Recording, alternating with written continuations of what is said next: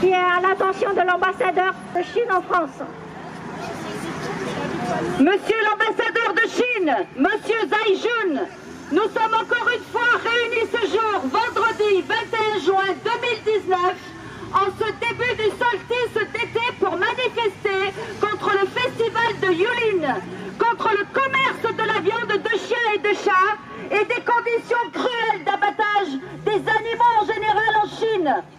L'abattage de milliers de chiens et de chats dans les rues de Yulin revêt un caractère particulièrement odieux aux yeux des citoyens de tous les pays, choqués par la consommation d'animaux qu'ils considèrent comme leurs compagnons. Brûlés vifs, les méthodes barbares de mise à mort avec des animaux exhibés dans de minuscules cages stressées, déshydratés, sales, qui attendent d'être étranglés au bout d'une pince devant le regard impassible des clients avides de chair fraîche ou d'être ébouillantés ou brûlés vifs relèvent d'une boucherie de l'horreur. Nous savons que des circonstances subsistent. Non, nous savons que des croyances subsistent encore en Chine, qui est plus l'animal souffre, meilleure est la viande. L'adrénaline qui augmente chez ces animaux au moment de la mise à mort rendrait la viande meilleure et plus tendre selon des marchands de croyances. Des millions d'animaux souffrent au nom de la croyance, car on voit que plus l'animal souffre et plus l'animal meurt lentement, meilleure sera la viande. Citons ici quelques méthodes de mise à mort. La strangulation. On attache une corde autour du cou de l'animal et on tire lentement sur cette corde pour l'étrangler très lentement. Pendant ce processus, à l'aide d'un couteau, on découpe des morceaux de chair sur l'animal et parfois l'animal est toujours vivant. Voici une autre méthode utilisée pour les chiens, autant pour les chats, l'ébouillantage. On prend un chiot ou un chaton et on l'attache tout près d'une grosse marmite d'eau bouillante.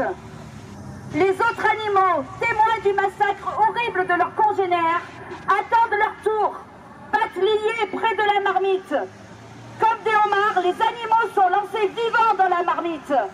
Vivants, sauf que l'eau est maintenue à une température qui fait en sorte que l'animal ne meurt pas.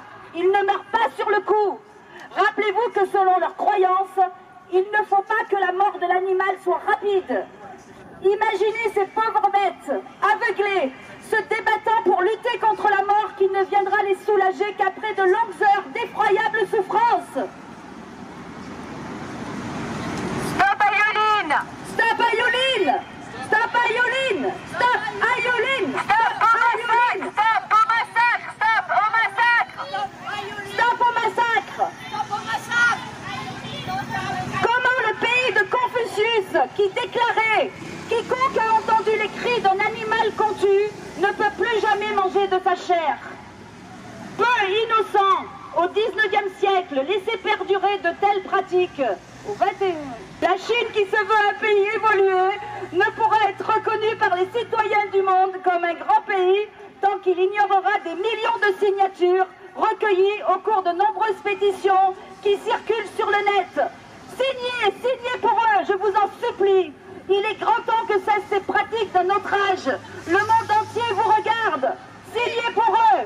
Signez pour eux. Signez pour eux, je vous en prie. Signez la pétition. Signez la pétition. Signez la pétition. La Chine doit arrêter la barbarie, doit arrêter cette cruauté. Taïwan a aboli la consommation de viande de chien et chat en 2017. Et les peines pour détention de cette viande va jusqu'à être punies de 2 ans de prison et 60 700 € d'amende pour toute personne ayant maltraité ou tué un chien ou un chat. Hong Kong et les Philippines également. À quand la Chine? À quand la Chine? À quand la Chine? À quand la Chine? Je compte sur votre pouvoir de persuasion pour faire savoir à vos dirigeants que l'image de votre pays, de mon pays d'origine, est en jeu et qu'il vous faut de toute urgence décréter à jamais l'illégalité de la consommation de viande de chien ou chat, sans oublier également le sort des autres animaux qui sont aussi des êtres sensibles.